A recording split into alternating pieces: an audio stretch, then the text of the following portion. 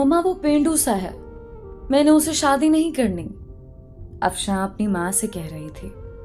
माँ ने प्यार से कहा, बेटी वो तुम्हारा कजिन है, अच्छा लड़का है, क्यों शादी नहीं करनी उससे? मम्मा वो पेंडू सा है, ना उसे कपड़े पहनने की तमीज है, ना उसे बात करने की तमीज है।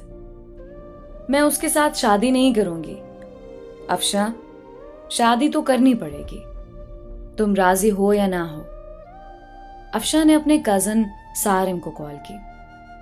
सारिम, मैं तुमसे शादी नहीं करना चाहती, तुम शादी से इनकार कर दो। सारिम ने कहा, मैं माँ बाप की मर्जी के खिलाफ नहीं जा सकता, मैं तुम्हारे साथ जिंदगी भर नहीं रह सकती। ठीक है, तुम खुद इनकार कर दो फिर, मैं तो कुछ नहीं कहने वाला। अफशां ने जब देखा उसकी शादी सारिम से कर रहे हैं, उसने खुदकशी करने के लिए घर में पड़ी काफी सारी दवाइयां खा ली, अस्पताल ले गए, डॉक्टर्स ने मेदा वॉश किया, जान बच गई। अफशां ने अपनी मां के सामने हाथ जोड़े, मम्मा मुझ पे रहम करो, मैं उस जाहिल इंसान के साथ नहीं रह सकती, वो भी गांव में।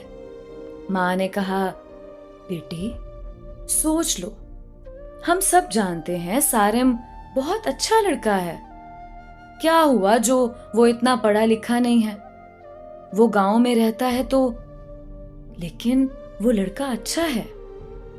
अफशां के ना चाहते हुए भी उसकी शादी सारिम से करवा दी गई। अफशां ने बस समझ लिया कि अब जिंदगी बर्बाद हो गई, सारे ख्वाब खत्म हो गए, सब खुशियां जला दी गई हैं, सब कुछ एक जाहिल इंसान के हवाले हो गया। पहली रात थी। अफशां ने सारिम को कहा, सारिम तो मुझसे शादी करना चाहते थे, शादी हो गई है, लेकिन मुझसे दूर रहो। सारिम मुस्कुराते हुए कहने लगा, ठीक है अफशां, आप इतना गुस्सा क्यों कर रही हैं? अफशां गुस्से से बोली, तुमने मेरी जिंदगी तबाह कर दी है सारिम। सारिम ने एक डिबिया खोली, उसमें चमकती हुई अंगूठी थी। उसने वो डिबिया अफशां के सामने रखी और कहने लगा, अफशां ये गिफ्ट आपके लिए। अफशां ने अंगूठी उठाकर साइड पे रख दी और करवट बदलकर लेट गई, रोने लगी। सारिम नवाफिल अदा करने लगा, फिर अफशां के पास लेट गया। यूं जिंदगी का सफर शुरू हुआ। अफशां का दम घुटने लगा सारिम के साथ।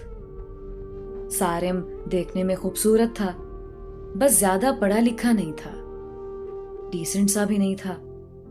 अफशां मॉडर्न सी लड़की थी। सारिम सुबह उठते ही अफशां का माथा चूमता, फिर खुद नाश्ता बनाता। अफशां को गुस्सा आता, ये बंदा मुझे इंप्रेस करने के चक्करों में है। अफशां जब सारिम के हाथ का बना खाना खाती, बहुत हैरान होती, इतना मजे का खाना। सारिम रात को थका आ रहा आता, अफशां बस खामोश सी अपनी दुनिया में गुम सी रहती। उसको कोई परवाह नहीं थी सारिम की। सारिम भी अफशां को कुछ ना कहता था। घर आकर खाना बनाता, अफशां को खाना देता। अफशां पत्थर दिल थी शायद, ना घर की सफाई करती, ना वो सारिम के कपड़े धोती। सारिम अपने काम खुद करता। साल गुजर गया।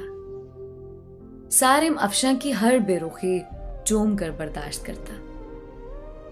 अफशां को यूं लगता था एक बदू सा इंसान पल्ले पड़ गया है। सारिम चूंकि एक मर्द था, वो औरत पे हाथ उठाना मर्द की शान के खिलाफ समझता था, फिर उस पे हाथ उठाना जो हमसफर हो।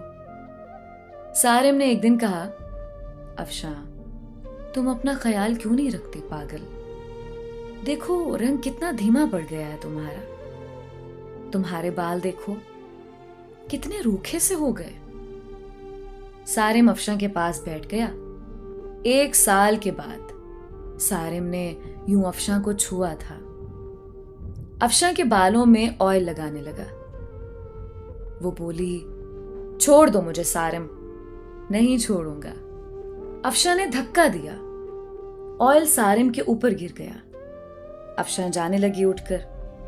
सारिम ने बाजू पकड़ा, पास बिठा लिया। मुस्कुराते हुए कहने लगा, अफशा, मैं यूं ऐसे आपको नहीं देख सकता। मेरा बाजू छोड़ो सारिम, मुझे दर्द हो रहा है। सारिम ने पास बिठाया। अफशा के सर में ऑयल लगाना शुरू किया। सर में ऑयल लगाया, फिर चेहरे पे स्क्रब करने लगा। अफशा खामोश बैठी। सारिम ने मुस्कुराते हुए कहा, चुड़ैल जाओ, अब शावर लेकर आओ और पिंक ड्रेस पहनो। मैं तुम्हारी फेवरेट बिरयानी तैयार करता हूं। अफशा हैरान थी, इतनी बेरुखी पे भी इतना प्यार करता है सारिम। अफशा शावर लेकर आई। आज चेहरे पे अजीब सी चमक थी। अफशा ने अपनी दोस्त को कॉल की, यार, सारिम ने ऐसे किया मेरे साथ। उसकी दोस्त ने कहा, सारिम अच्छा इंसान है, उसकी कदर करो।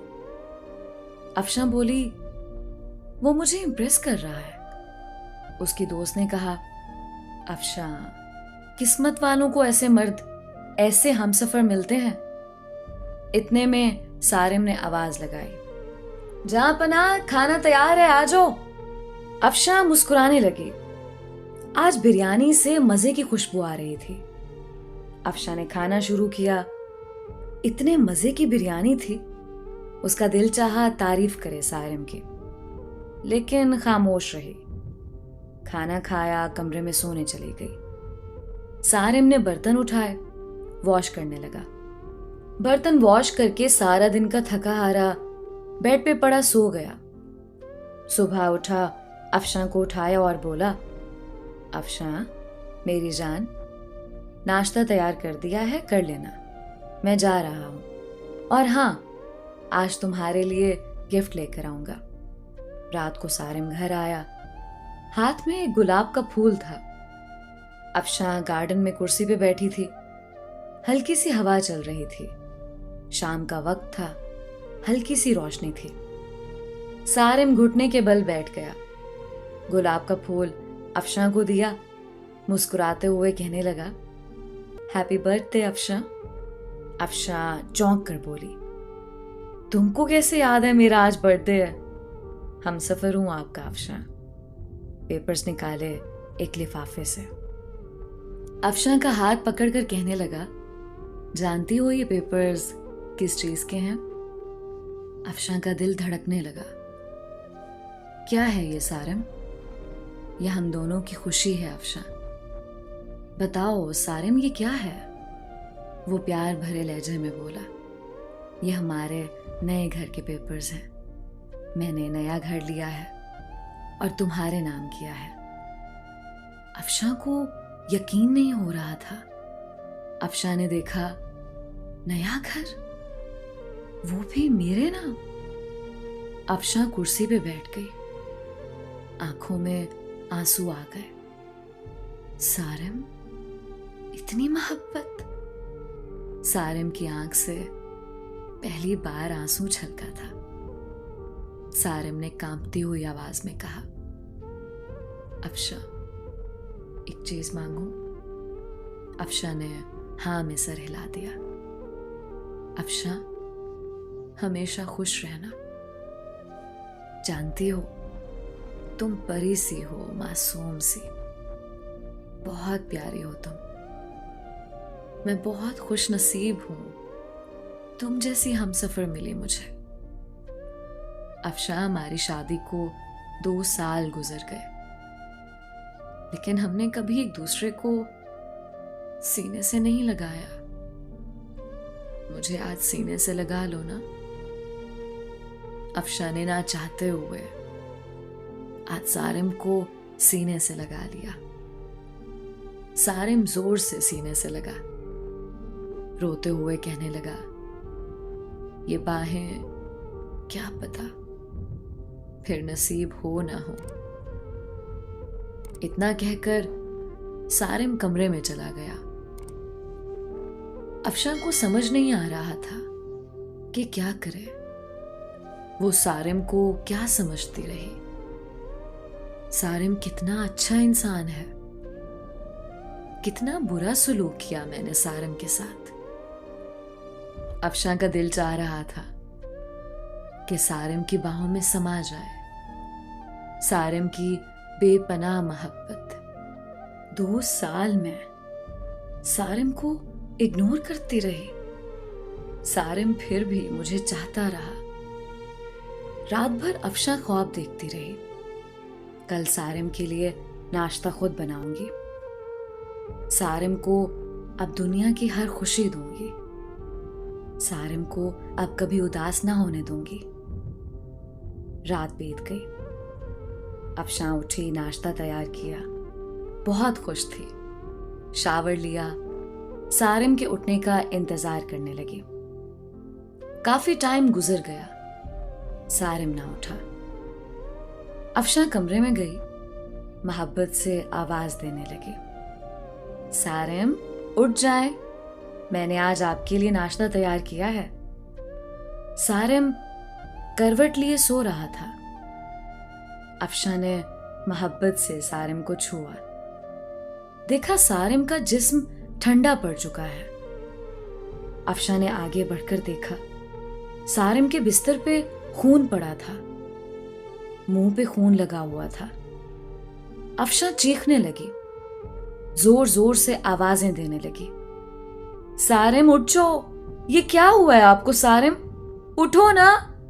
मोहल्ले वाले इकट्ठे हो गए, अस्पताल ले गए।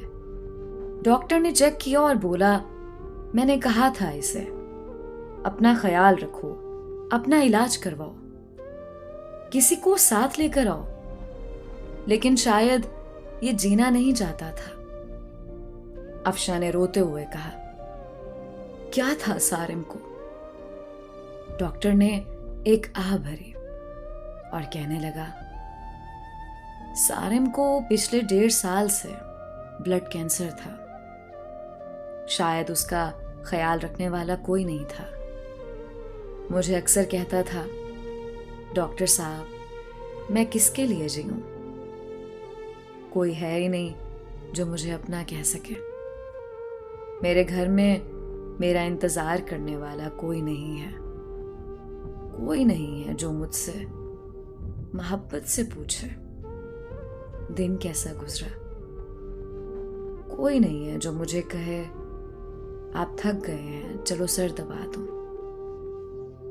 रात को कमरे में अकेला दर्द से तड़पता हूं, लेकिन कोई नहीं है जो मेरा दर्द समझे। अफशा जमीन पे गिर गई। सारिम ये क्या कर दिया तुमने, सारिम मुझे माफ कर दो। सारिम मैं पागल हो गई थी। सारिम ना जाओ मुझे छोड़कर।